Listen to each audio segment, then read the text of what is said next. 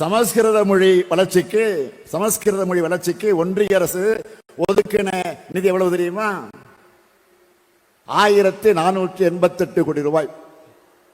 சமஸ்கிருத மொழிக்கு 1488 கோடி ரூபாய். அந்த மொழியை பேசுறவங்க இந்த நாட்டில் சில ஆயிரம் பேர் தான். 8 கோடி மக்கள் பேசுற நம் தமிழ் மொழி வளர்ச்சிக்கு ஒதுக்கின நிதி எவ்வளவு தெரியுமா?